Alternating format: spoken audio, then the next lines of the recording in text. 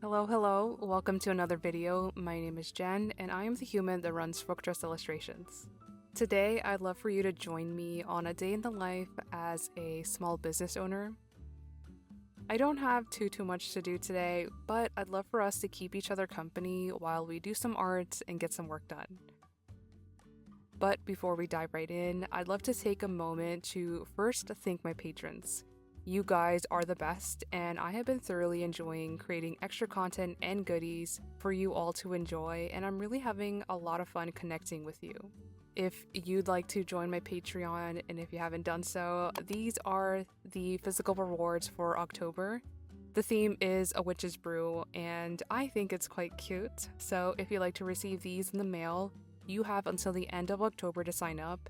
And you'll also get access to a bunch of other cool things like a monthly podcast episode, extra coloring sheets, sketchbook tours, and a lot more. So if that interests you and if you want to support me directly, I'll leave the details about all of that in the description below.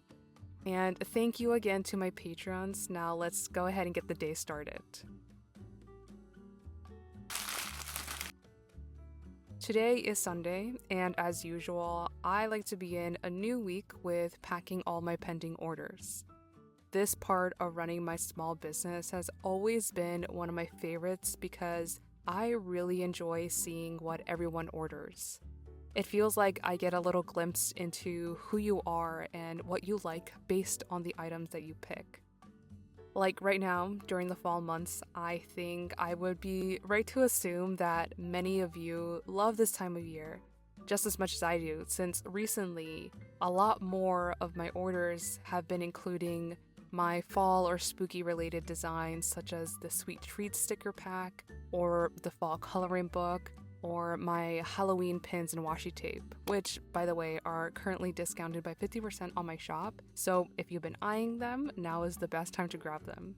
But yeah, it's just really fun to see what you guys order, and I love imagining your excitement when you receive your new goodies, and I really do hope that they bring you a lot of happiness and warmth into your day. I also like to pack orders at the start of my week because it definitely grounds me, so having it be the first thing that I do is a bit intentional. While I pack and put together your packages, I just feel an immense sense of gratitude for all of the support that I receive. And it's not just through, these orders themselves, but also from my online community and just the outpouring of positive and encouraging comments. I mean, even though I'm coming up on the 3-year anniversary of my shop, I still get very excited whenever I get an email or notification on my phone that someone has placed an order. I can't help but to smile every single time, and that is no exaggeration. I will pull up your order and just take a peek to see what you ordered, and it just makes me so happy. I just have this continued sense of amazement that you want to get my arts and have a piece of what I create. I think many creative artsy individuals can have moments of imposter syndrome or feelings of inadequacy when we compare ourselves to others. I know I occasionally have these moments, but spending some time at the start of every week to pack my orders, I am reminded that people do value what I create. It gives me confidence and it motivates me to keep going. It's really inspiring, and I just want to say thank you so much, and that I'm always so grateful for you all, and you all really do mean so much to me.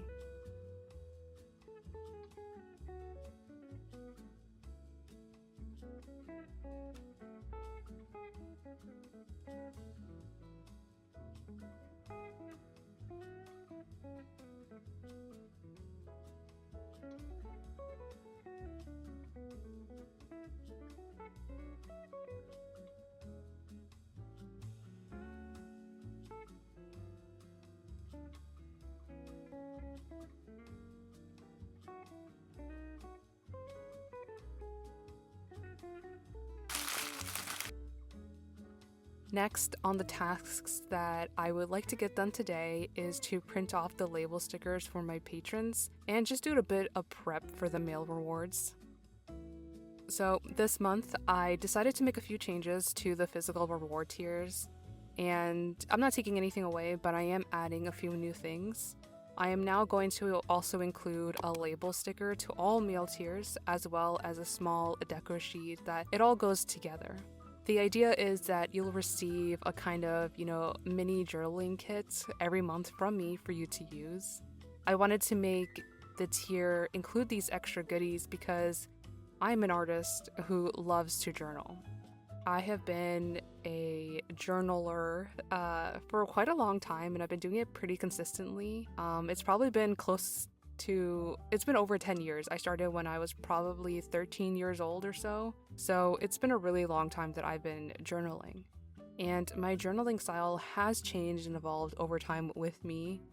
Sometimes I just like to write down whatever I'm thinking or feeling or experiencing. Sometimes I'll also include some drawings or doodles. And in the past couple of years, I've also begun to paste in bits of my days, like receipts or packagings from my shampoo, for example, or whatever I find into my journals.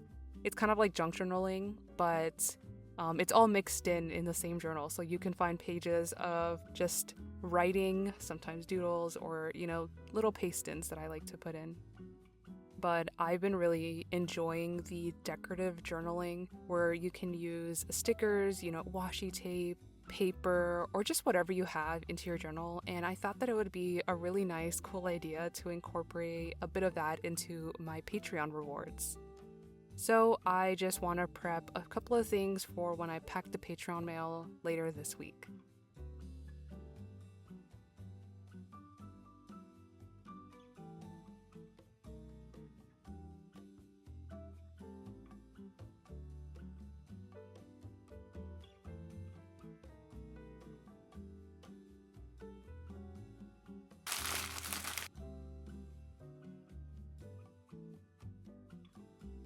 Now, to finish off the necessary things on my to-do list for today, I would like to work on my first Peachover entry. The prompt that I'm working on is for day 7, which is bud. The idea behind this illustration is that there was a small little cute flower that was beginning to bud in a big open dry field where there's nothing but dry grass and shiny rocks. The bud was alone and small and just spent their day dreaming about what was beyond the fields. He stayed hopeful, however, and one day came a new friend, or a new bud, named Mr. Vase, who picked him up and carried him around to show him the wonders and beauty of the world. That's just a little story that I came up with for the prompt, and it's always a lot of fun joining these challenges every year, but this year I'm only going to do a handful or so because I know that I won't be able to manage a daily challenge. I didn't prepare myself for that, so I decided to not do anything too intensive. However, I am curious to know if any of you have decided to join any challenges this month and how it's going for you so far. If any of you are doing all 31 days, I do wish you all the best, and I'm hoping you stay very strong. But yeah, while I work on finishing my piece, I thought it would be a good idea to chat about my experience with building an art community online. It's a topic that I'm often asked about, and I'd be happy to share some of my thoughts. So, as I've gotten older, I definitely have grown to be more confident and comfortable with myself and who I am.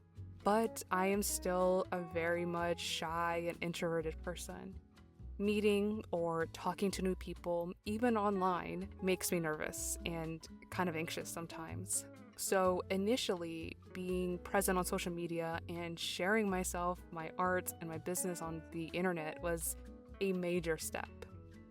But I realized that in order for me to have some level of success with my business, that I would have to step outside my comfort zone and be present on social media. Now, I do not think that this is the only way to success, and if it is not something that you want to do, that is perfectly okay too. But for me, it was a path that made most sense, and it was a path that I felt most compelled to take. And so I started very small by just sharing pictures of my art on Instagram. Then I expanded to short form content that I would post to, TikTok and Instagram. And eventually that led to me starting this YouTube channel where I have been sharing my experiences and any insight that I've learned while running my own business. And what I've come to learn is that the most powerful skill in building a community online is storytelling. Now, I didn't know this way back when I was first starting out and began my business, and honestly, I think it's still something that I'm learning and figuring out for myself, but it is a skill that I'm keen on strengthening because storytelling can help make your brand more relatable, more memorable, and the reason is because it allows your audience to connect with you on a more personal level. So to get a little bit more inspired and become more familiar with storytelling techniques, I turned to Skillshare, the sponsor of today's video. Over the past couple of years, I have been on a constant learning journey, and honestly, Skillshare is one of the best resources to level up my skills and grow as an artist, a small business owner, and a content creator with thousands of classes on a variety of topics such as photography, graphic design, productivity, marketing, and really so much more. So if you're just starting out with your business or need some inspiration on the next chapter of your journey, a class that I recommend taking is called The Creative Entrepreneur's Toolbox: Interviews That Inspire by Jeff Staple. This class is a bit different than traditional classes that are on Skillshare, but you'll be able to watch a series of interviews that cover essential topics for creative entrepreneurs on things like marketing, design, and branding. It's a really good introduction with real examples of what goes into, starting a business and attracting a new audience. Another class to further delve into storytelling in particular that I'm currently taking and recommend is called Social Media Storytelling: Make Incredible Videos for Instagram, YouTube, and More by Rob. So Rob is an artist, an illustrator, a designer, and a content creator. And in this class, he will help you discover a more fun, engaging, and strategic way to tell your stories through video. With both of these classes and the large library of courses on Skillshare, I am having a new sense of understanding and clarity on what's missing for me, and I do feel ready and inspired to make some adjustments. And if you too would like to sharpen and hone in on new skills, Skillshare is currently offering the first 500 people to use my link in the description with a 1-month free trial, so you can get started today for free. So thank you to Skillshare for being a continued supporter of the channel. Now, to kind of wrap some things up, some key takeaways that I found so far with the classes that I've taken from my own experience and from looking to other artists and creatives is that similarly to creating a story for an illustration, like I did with my Peachtober prompt, when it comes to resonating with people, having a story is how you can convey your message. I've learned that authentic and genuine stories, especially ones based on real experiences, have a better chance at capturing attention, and it really encourages interaction. It keeps your audience engaged, which makes them more likely to remember you and your brand and probably share it with people that in their own lives, with others.